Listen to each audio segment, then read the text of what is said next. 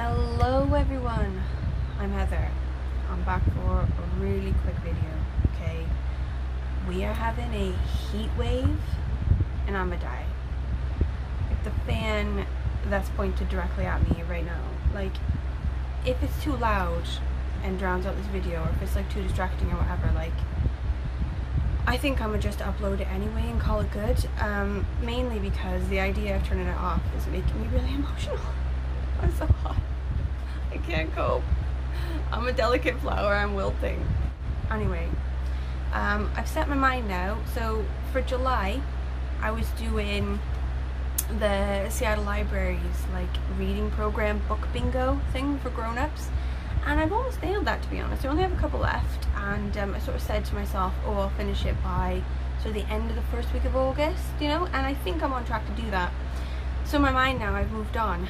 Getting ready for August, and I think for August I'm gonna do the Spooky Smart Bitch readathon that's sort of hosted by Jordaline Reads, and I'll post her thing below, like her announcement thing. Her channel's brilliant. I get a lot of horror off it now, now that I'm sort of reading more of that. But I'm doing it early, this video now. It's not even the end of July really, or even getting close. But I thought I'll do it early because I think I need some help. Okay, like everyone who's gonna do this readathon, if you're doing this readathon, if you have any ideas for me, I need you to help me out, because I have a couple books sort of set out for these categories, or like one sort of solid one for each, but some of them I'm like, oh, I don't know, is there something better? You know, especially with the manga category, I'm like, I don't know anything about manga. So I thought I'd do it quite early, this video, and see if I can get anyone to sort of like help me pool, so that I can get everything ready for August. So the Spooky Smart Bitch Marathon, it runs all of August, sort of the 1st to the 31st, and it has 7 prompts and 1 group book, and I don't know what the group book is, I don't think she said. Okay, so the first prompt is a horror book by an LGBTQIA2S+ author. So for that, I think I'm going to go with Guild Stories by Jewel something, I'll put it up. But this one is actually just the pick for the 90s book club for this month and next month. So I already sort of want to read it, obviously, because it's for the 90s book club, but it is about lesbian vampires, or I think maybe one lesbian vampire in particular, and I think it is classed as horror. When I've sort of looked around, it does seem a bit creepy and scary, and it's like classed as horror, so I'm gonna go with that. I think the premise is it's like a 19th century vampire, and also like sort of love stories thrown in or something like this. I don't know a lot about it, but it looks good. I'm into it. So that's going to be my one for that prompt. Second prompt is a translated horror, and I quite like books that are translated from Japanese, so I thought that's perfect for horror.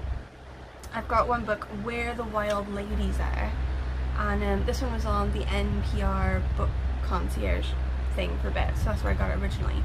But it's about like Japanese folk tales retold, or sort of like creepy, scary sort of like Japanese monsters and Japanese sort of legends retold in sort of like modern times.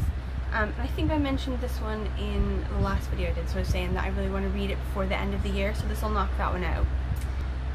The third prompt is a horror book never seen on social media.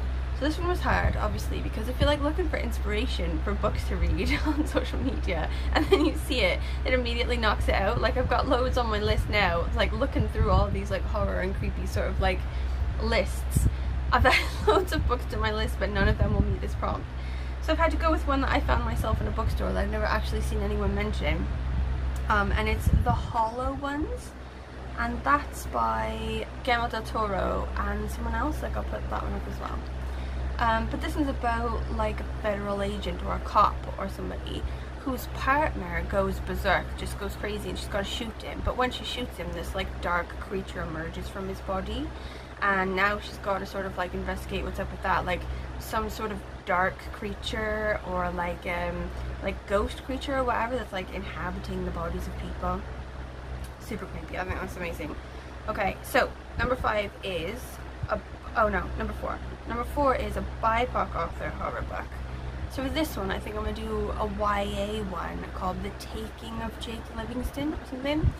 And this one I think is a high school kid and he can see dead people. Like, I recently read one by Stephen King called Later, where that kid could see dead people, or I liked it. So, just keeping on theme, I guess. Like, this kid can see dead people, and he can only normally just see normal ghosts going around, like they're all like, you know, not angry or like dangerous or anything. But then he does find one of a kid who killed loads of his classmates in a school shooting and then killed himself, and now he's like really vengeful and he's trying to use Jake for his means. And it says, or the title is The Taking of Jake Livingston, so I imagine there's some possession as part of this book, which sounds amazing. Okay, number 5, a woman author, a horror book by a woman author, and I think I've seen this one making its rounds. The Sundown Motel by Simone St. James, I think is the title, or something. And I think this one's just about a haunted motel. So this woman works at the motel and she's haunted, like there's all these ghosts, and she starts to investigate the ghosts, like why are some of these murders connected, blah blah blah. But then she goes missing, or she dies or something, and then her niece takes over her receptionist role in the motel like 25 years later or something like that, and then she's got to deal with all the ghosts. But I think a creepy motel sounds like a pretty good setting for a horror book, so I'm excited.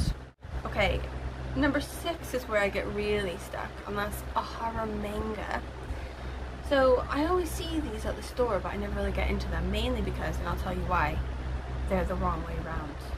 I know it sounds stupid. I know it sounds like the most ridiculous reason not to read something, but them being the wrong way around drives me nuts. And obviously they're not the wrong way around, they're just the Japanese way around, innit?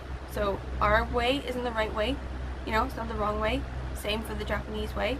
But I feel like a book should have opened the right way. That's how I feel, and I cannot for my life stop feeling it. But also I feel like there's loads of stories in the manga that could be amazing for me, and I need to just get over it and branch out. So I found a couple called like Tokyo Ghoul or whatever, but for my life I cannot find the first one. So the third one is easily gettable, you know, 4th one, 5th one. First one, impossible to find. And I think I remember my friend saying this ages ago to me, that they just randomly go out of print, some of these, just like without any sort of notice. They'll stop being printed, or like they'll change publishers, and the new publisher will like lose the rights to sell the English version, or they'll like lose the rights to sell the English version outside of Japan or something like that. Like, these are just always just randomly going out of print. So I think probably that's what's happened to this, and so I have to find a new one. And I found one called Mieroku-chan. It's about a girl who sees monsters.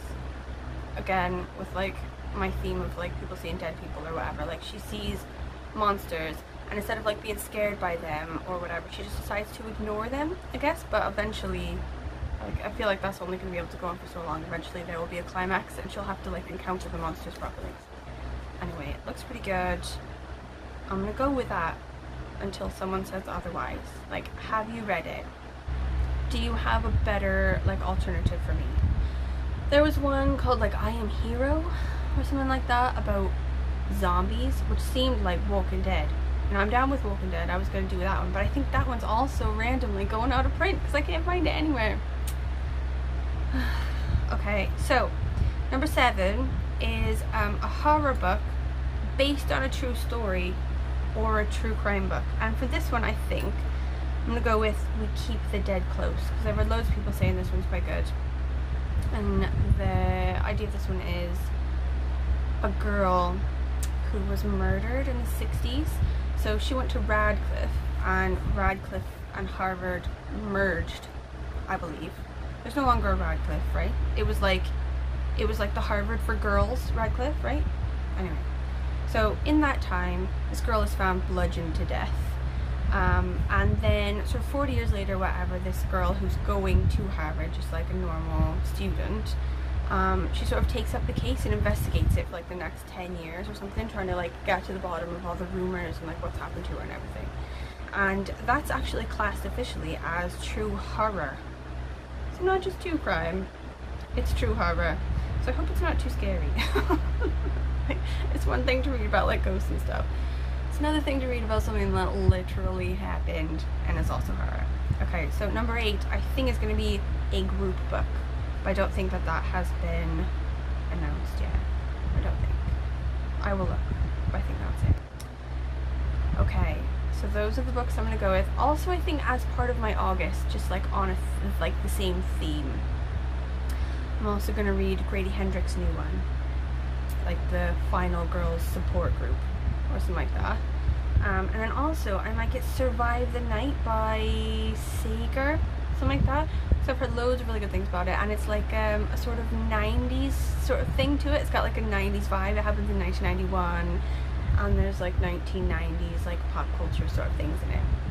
But I think it's about a murderer or a ghost or something like that. Anyway, the Grady Hendrix one is about all of the last girls that are left in horror movies and they're like in a support group to each other.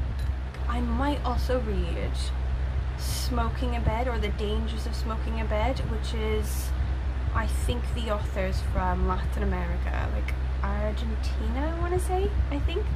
And it's a bunch of short stories. They're like horror short stories, and like the cover is grim.